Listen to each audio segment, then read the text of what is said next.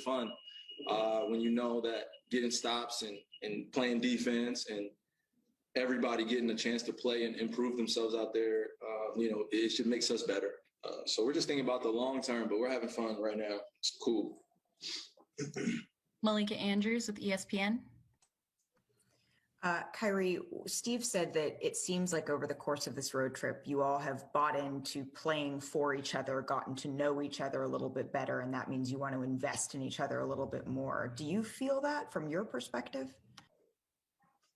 I feel that from life. When you want to be successful at anything, you got to invest in people, and you got to understand the human element that, like I said, not everybody's going to be the same or have the same thought process. So I think we're just coming to understand that we're all different. We're all individuals, but we can hold each other to a standard where we all meet. And I think we've been able to kind of communicate that in a very unique way. And Steve holds us accountable because we need to be coached. I don't know everything. Everyone else on the team doesn't know everything. So it takes a full collective effort for us to go against these great teams. That's what I feel. So I think he's right. I agree with him on his sentiment. But like I said, it's just a standard we can hold each other to. We want to be coached hard. So. Thanks, Kyrie. Mm-hmm. Christian Winfield with the New York Daily News. Hey, Kyrie, what does it do for this team to win 6 in a row and then look over and see Kevin, who's not even healthy right now, working his way back to the floor? Like, what kind of feeling does that give this group to know that you still have a guy like Kevin who could go out there and get you 30, but that you didn't need him to sweep this road trip? Well, we need him in all aspects, whether he's on the floor or not. He makes this thing work. We came here with a plan to be able to build something here in Brooklyn. And I think for the time being, winning 6 in a row, all it does is just keep the world silent for a little bit and then, wait until we kind of hit a bump in the road and then it's what's going on with the Nets. So I think we just take both polarities and just stay the course. And the destination is making it to that main stage and earning our way there first and foremost. It's nothing's given. So like I said, we're just going to continue to enjoy the journey. Brian Lewis with the New York Post. Hey, Kai.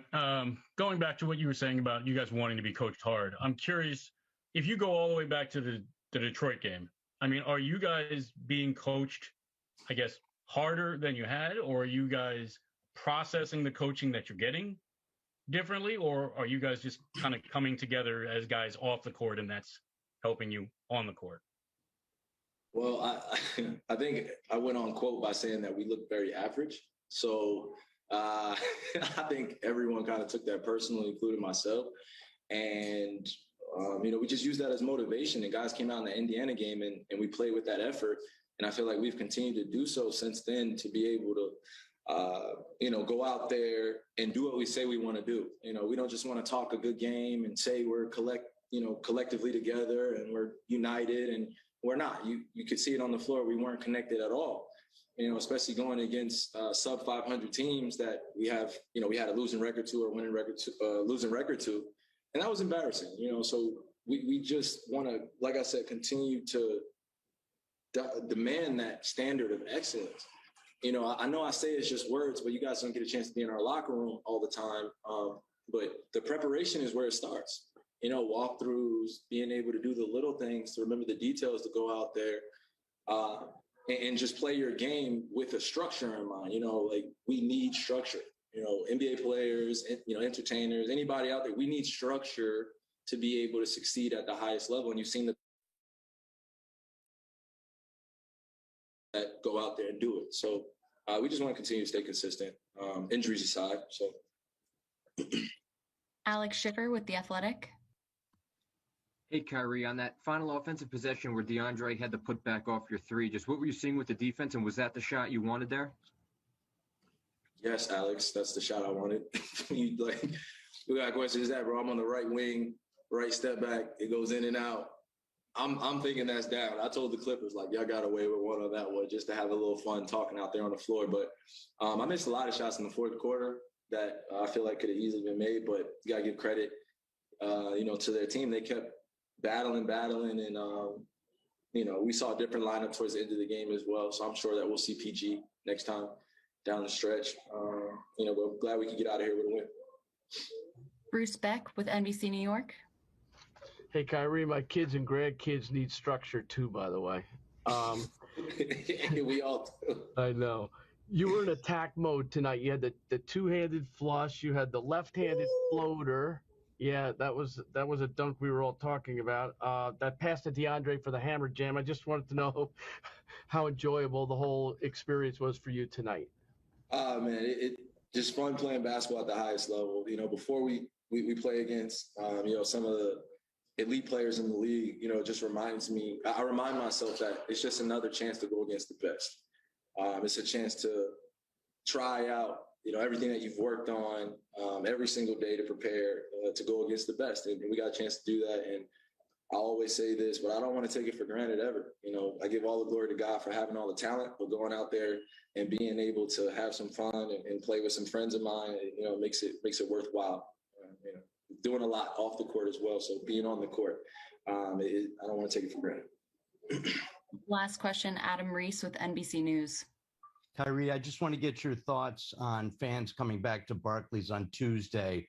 What does it mean to have fans in the stands, and what's it been like playing with COVID? How will it make a difference having them there rooting you on? Well, like I said in the beginning of the conversation, it's just tough out here in the world dealing with some of the protocols and some of the deaths that have been happening, the death tolls that have been happening with COVID. It's very unfortunate.